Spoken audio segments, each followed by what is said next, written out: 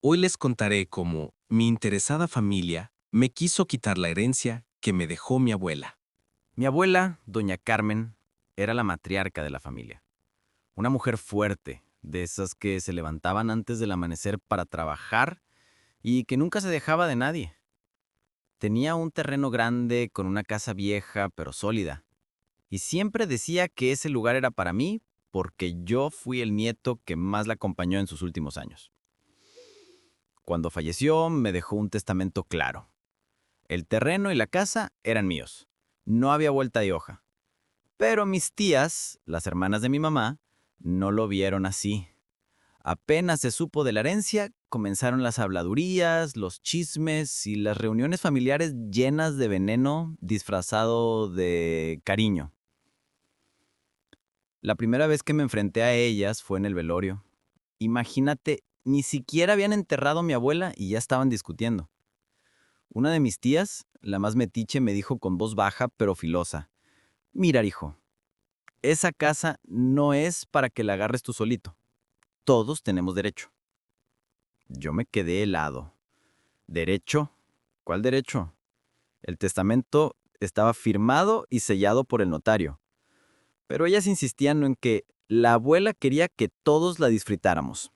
Yo respiré hondo y contesté: «Tía, con todo respeto, la abuela fue clara. Ella me lo dejó porque yo la cuidé.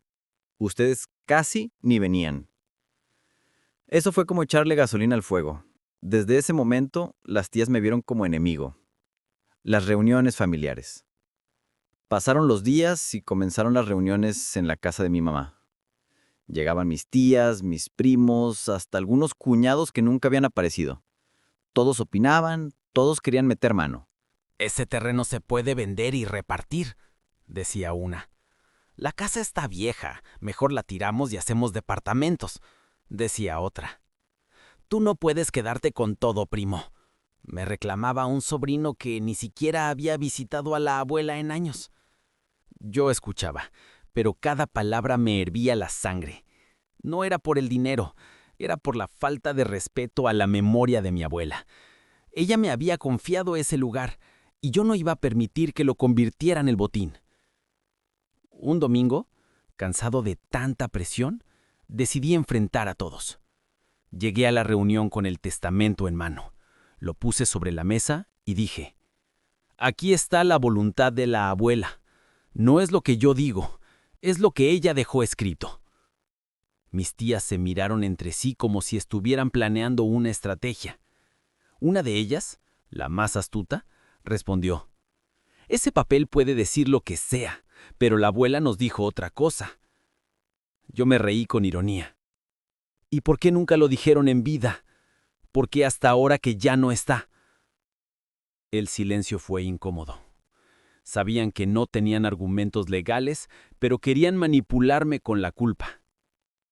No solo eran palabras, comenzaron a usar la presión emocional. Me decían que si me quedaba con la casa, iba a romper la unión familiar, que la abuela estaría triste desde el cielo, que yo era egoísta.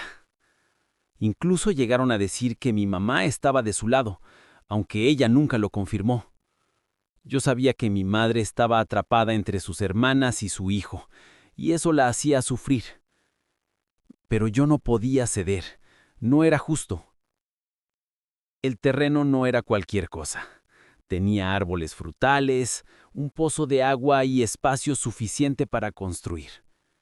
Mis tías lo veían como una mina de oro. Yo lo veía como el lugar donde crecí, donde la abuela me enseñó a sembrar maíz y donde pasé tardes enteras escuchando sus historias. Para mí ese terreno era memoria viva. Para ellas era dinero fácil. Al ver que no cedía, mis tías intentaron llevar el asunto a lo legal. Contrataron a un abogado del pueblo, que más parecía compadre que profesional. Querían impugnar el testamento. Yo también busqué asesoría. El notario me confirmó que todo estaba en regla. El testamento era válido y no había manera de que lo quitaran. Cuando se enteraron, mis tías se enojaron más. Me acusaron de querer dejarlas en la calle, aunque cada una tenía su propia casa y su propia vida. La situación se volvió fea. En las reuniones ya no había respeto. Me gritaban, me insultaban, me decían que era un malagradecido. Algunos primos dejaron de hablarme. Otros me escribían mensajes anónimos en redes sociales acusándome de ladrón. Yo me sentía solo, pero también firme. Sabía que la verdad estaba de mi lado. En medio de todo ese caos, yo recordaba las palabras de mi abuela. Mijo, este lugar es tuyo. Cuídalo. No lo vendas. Aquí está nuestra historia. Esas palabras me daban fuerza. No podía traicionar su confianza. Recordaba también las tardes en que me enseñaba a hacer tortillas o cuando me contaba cómo sobrevivió a la pobreza con pura voluntad. Esa memoria era más valiosa que cualquier peso. El pleito llegó a su punto más alto en una comida familiar. Todos estaban presentes. Una de mis tías, la más agresiva, me señaló con el dedo y gritó: «¡Tú nos robaste! ¡Esa herencia es de todos!». Yo me levanté de la mesa, con el corazón latiendo fuerte, y respondí: «No les robé nada. La abuela me lo dejó porque yo estuve con ella. Ustedes solo vienen ahora que huelen dinero». Hubo un silencio sepulcral. Nadie se atrevió a contestar. Mis palabras habían tocado la verdad que todos sabían, pero no querían aceptar. Al final, la ley me respaldó. El terreno y la casa quedaron a mi nombre. Mis tías nunca me perdonaron. Algunos primos dejaron de hablarme. La familia se fracturó. Pero yo me quedé con la tranquilidad de haber cumplido la voluntad de mi abuela. No fue fácil, porque cargar con el rechazo de la familia duele más que cualquier pleito legal. Hoy, cada vez que camino por ese terreno, siento la presencia de mi abuela. Los árboles siguen dando fruto, el pozo sigue dando agua, y la casa, aunque vieja, sigue en pie. A veces me pregunto si valió la pena pelear tanto.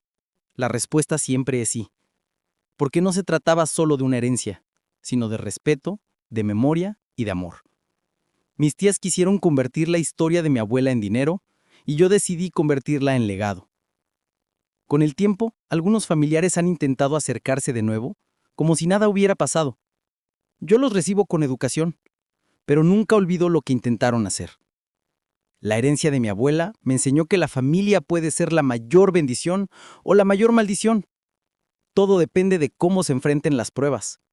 Y aunque me dolió perder la unión familiar, me quedó la certeza de que honré a la mujer que me enseñó a ser fuerte. Porque al final, la verdadera herencia no fue el terreno ni la casa, sino la lección de que uno debe defender lo que es justo aunque se quede solo en la batalla.